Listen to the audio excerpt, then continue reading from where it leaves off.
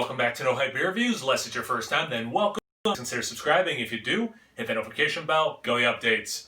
Really excited for today's video. It's Tuesday, so I try to test my palate on Tuesdays, do something different outside my comfort zone, etc., etc. And also it's a homebrew, which I'm super excited about. I've only done not even quite a handful of them. This one's courtesy of Dominick, so thank you so much, Dominick. I really appreciate it. This is the second homebrew of his that I'll be reviewing. The first one gushed a little bit when I opened it and poured it, so I did open it. Seems to be fine. Well, let me pour it first, because I think it's going to be a beautiful color. So before I tell you what's in the beer, yeah, that's beautiful. What a beautiful pink color. Tons of carbonation. That is beautiful. Jeez, man. You nailed that. All right. Belgian Farmhouse Ale brewed with raspberry, orange zest, and vanilla beans. 6.2% ABV. So you can tell, the raspberry, I knew that was going to kick out just a beautiful pink color. There's a little bit of orange mixed in. I don't think that has anything to do with the orange peel. I think that's just probably the what the grain was bringing to the base beer. I don't know if it's coming across on camera or not, but it has just the most beautiful effervescent, like the bubbles. I mean, it's just beautiful.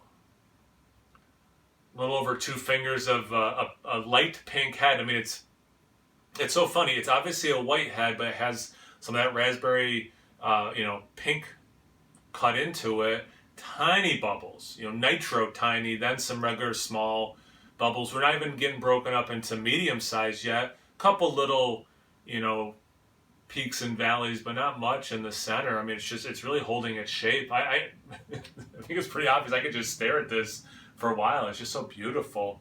But this is not a stare at a beer review. This is a drink beer review, so let's get into the rest of it. So it says Farmhouse. It doesn't say Brett or anything, but I'm going to go out on a limb and say this has some Brett in it. It has that just classic, I should come up with, and that's part of why I'm doing this on a Tuesday, better descriptors for what Brett smells and tastes like, but it's just very much, it has to be Brett.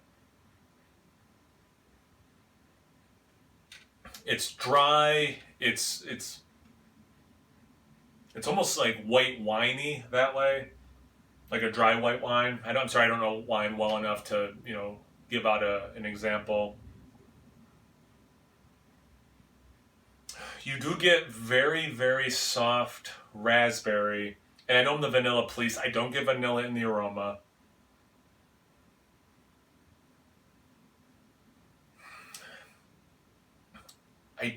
Wow.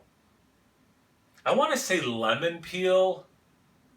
Okay, it's got the orange peel in it, but again, if I was doing this, I shouldn't say again, but like, when I approach these, I try to think, what would I say if I was being honest and didn't know what was in it, right? I happen to know what's in it.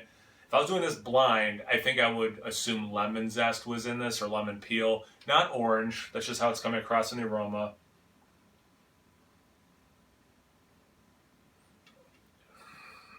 It just smells good. That's what's coming through. It's all working for me. Let's get into the taste. Cheers.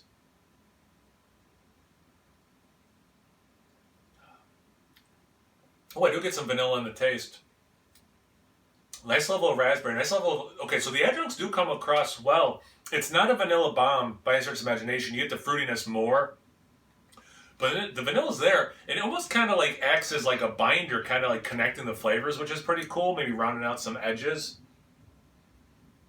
I mean, man, that aroma, man, all day. Oh, the aftertaste. Oh, that's interesting. Very crackery. I don't know if you could tell, but like all of a sudden it kind of just does this, about face, and it's just a completely different experience. It's very crackery. Oh man, it's something I know. There's another flavor there. It's doughy with the cracker, but there's like this other thing that's very familiar. Oh, yeast. It's like a yeasty thing, which Makes sense with the crackery and the doughy thing. But it does taste yeasty that way. Okay. I got way too excited for something that should have been very obvious. Man, that aroma.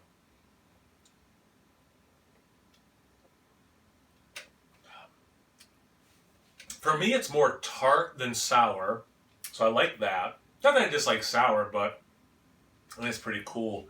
Again, like just like I said, the aroma, I'm going to really just go out all the way on that limb. This must have Brett in it, because you do get that classic Brett taste.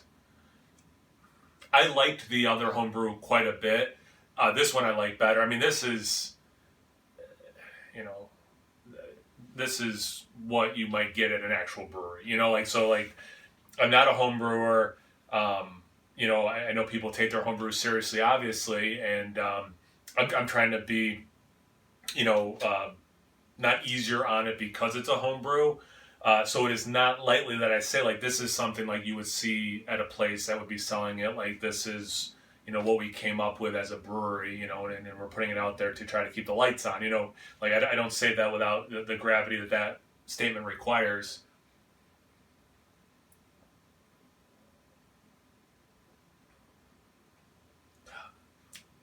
And that zesty thing, there is some sweetness trying to fight through the tartness. A kiss of citric acid. In some ways, it's not as sweet as something like a Smarties, but like you get that citric acid, or no, better than Smarties, like sweet tarts. It's not that level of sweet, but like in those sweet tarts, you get that tartness, you get some citric. I think that has citric acid in it.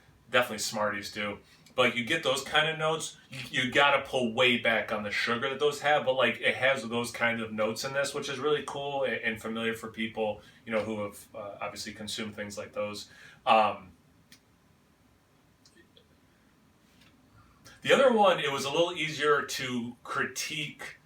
It was a breaded IPA. The hops, Citra Mosaic, were lost pretty well with the Brett being added. Is it still an IPA at that point?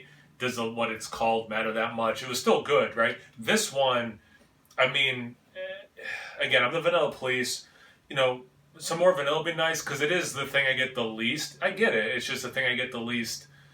But do I want more vanilla in this beer? I also don't know how much more I really would want of it, right? I definitely get the amount of raspberry I'd want. I could see, I shouldn't say that. If this had even more raspberry, that would be lovely. Like, it's not going to detract from the beer, but I do like the level of this a lot. It's still coming across, I'm going to say more lemony. So, like, if that's a hang-up and you really want, right, it's orange peel, right? I'm not forgetting, right? Yeah, or I'm sorry, orange zest. So, like, I guess there's something, like, if you wanted it more orangey, perhaps or orange zest. I don't know. But, like, I really like what it's doing in the glass with that. And again, I think that vanilla is binding this and making it such a cohesive drinking experience. I mean, just look how beautiful that is.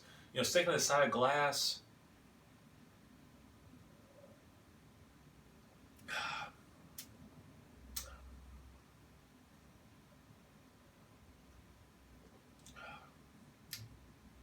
Yeah, it's delicious. I love this beer. I love this. And I'm sorry, Dominick, because I know you wanted some more notes than that, man. But this is really good. You should be really proud of this. Do you guys homebrew? Put that in the comment section below. Do you like styles like this? Do you like farmhouses without adjuncts? Like farmhouse style beers with adjuncts? Anything, everything. Comment section below. Let's get a conversation going. Thanks again, Dominick. I really appreciate it. Thank you guys for watching. I really appreciate that. Check me out on Instagram and on Untappd. It's No Hype Beer Reviews at both those places. So always please like, comment, subscribe, and most importantly, imbibe. Cheers, everyone.